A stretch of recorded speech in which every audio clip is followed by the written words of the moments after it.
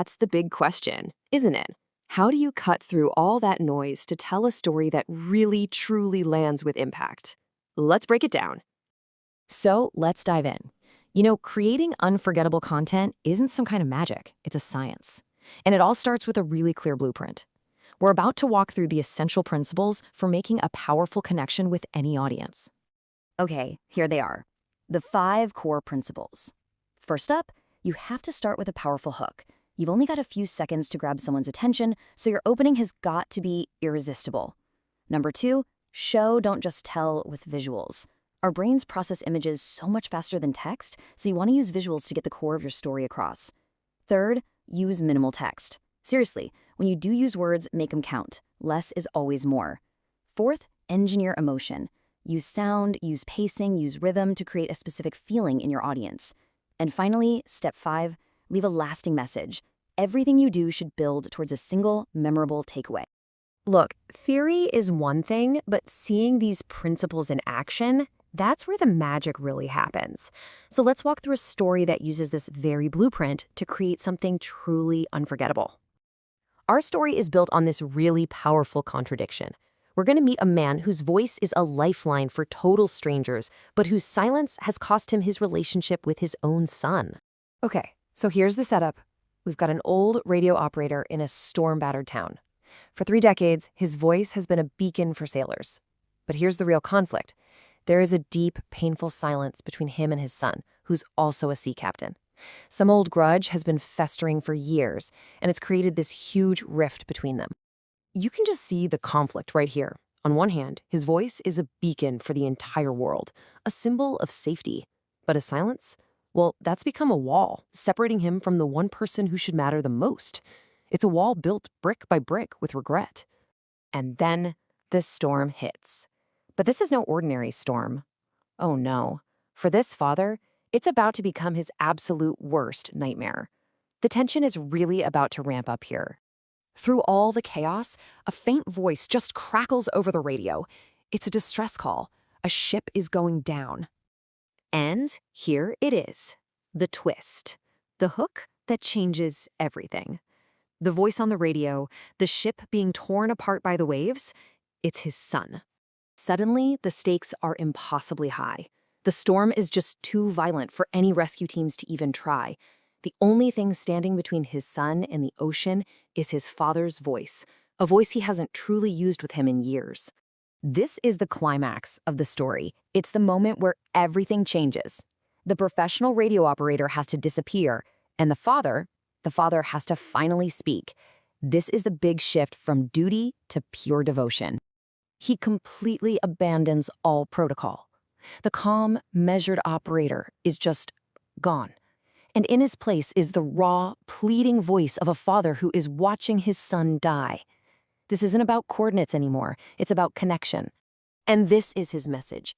Years and years of silence and regret just pour out in one final, desperate transmission. It's a plea for forgiveness, it's a command to survive, and it's a declaration of love, all rolled into one. And then, through the static, a faint reply. His son heard him. For just a fleeting second, in the middle of all this hell, there's hope. A connection has been remade. Then, a flash of lightning hits the radio tower, the equipment explodes, and the line goes silent. Forever. But what happens after the storm? The story isn't over. Not yet. The resolution is where we find that lasting message, the one the entire story was built to deliver. The sun rises on a calm sea.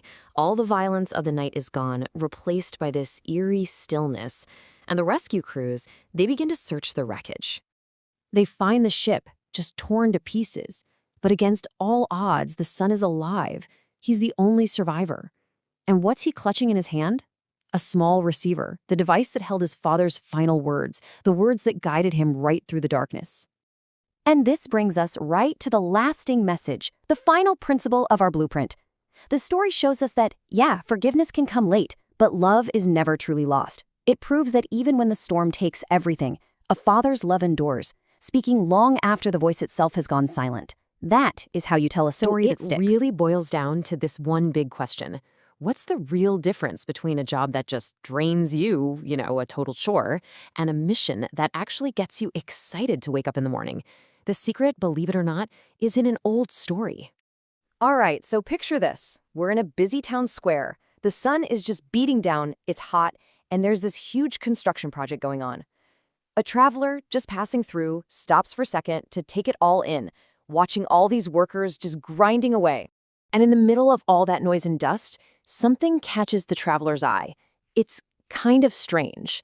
He sees two men working right next to each other. They're doing the exact same thing, hauling these heavy stones. But the way they're doing it, man, it's like they're from two different planets. So you look at the first guy, and he just looks completely defeated. Every move he makes is heavy, like he's dragging himself through it. There's zero joy. You can just see it written all over his face. This isn't a job, it's a punishment he has to get through. The traveler is just fascinated by this, right? This huge difference. So he walks up to them and asks a really simple question. Hey, what are you guys doing? And the answers he gets, well, they're about to reveal two totally different realities. The first guy, he barely even looks up. He just sighs and says something like, I'm stacking bricks. It's a boring job, but it puts food on the table. For him, that's all it is. It's a transaction. No pride, no passion, just the heavy weight of the work. But then the traveler turns to the second guy, and wow, what a difference. Yeah, he's sweating just as much, but he's got this energy.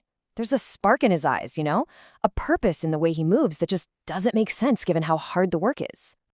And when this guy answers, his voice is just full of pride. He says, I am not just stacking bricks, I am building a great cathedral. See, he's not just seeing the rocks in front of him. He's seeing the huge, beautiful building they're going to become. He's not just doing a job. He's building something that'll last. So, okay, let's break this down. What's the takeaway here? You've got two guys, same exact job, same pay, same hot sun. The only thing that was different was how they saw it, their perspective. I mean, really think about that for a second. Everything on the outside was the same. So where did that huge gap in energy and, let's face it, happiness come from? It wasn't about the work itself. The change was all in their minds. And here's the absolute heart of it. The first builder, he saw the task. He was focused on the what. I stack bricks. His motivation was the salary. I do this for bread. But the second builder, he saw the vision. He was focused on the why. I'm building a cathedral. His motivation was purpose. And that why, that's a game changer. It taps into something inside you that a paycheck just can't touch. It's way more powerful and keeps you going for the long haul. So perspective is basically the frame you put around your work. It's the story you tell yourself about what you're doing. And that story is what can turn a boring, repetitive task into a meaningful piece of a bigger puzzle. And get this, it's not just about feeling good. This is a serious tool against burnout. It can turn stress that feels pointless into a challenge that actually means something. Okay, great story about some guys from a long time ago. But what does that have to do with you and me today in our jobs? Well, this is where we figure out how to find our own cathedral. Look, let's be real for a second. We've all had days where we feel like that first builder. It is so easy to get buried in the day-to-day stuff. The endless emails, the spreadsheets that never end, another meeting, and just feel like all you're doing is stacking bricks. But this is exactly where we can flip the script. You have to consciously look past the task. So for example, the task is answering emails. But what's the purpose? Ensuring my team communicates and succeeds. Or the task is entering data. But the purpose? Building the foundation for smart decisions. You see the shift? The key question to ask yourself is, what does this boring thing I'm doing make possible? And that's the whole point. Your real work isn't the action you're taking in the moment. It's the final result that it helps create. It's about finally seeing how your little brick fits into the giant, awesome cathedral. And when you make that connection, I promise you, the daily grind starts to feel a lot more like a daily contribution. So this all leads us to one final and honestly the most important question. This is the one I want you to ask yourself every single morning. Because at the end of the day, it really is a choice.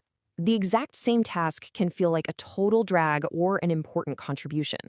It all comes down to the story you're telling yourself about it. So, are you just stacking bricks? Or are you building your cathedral?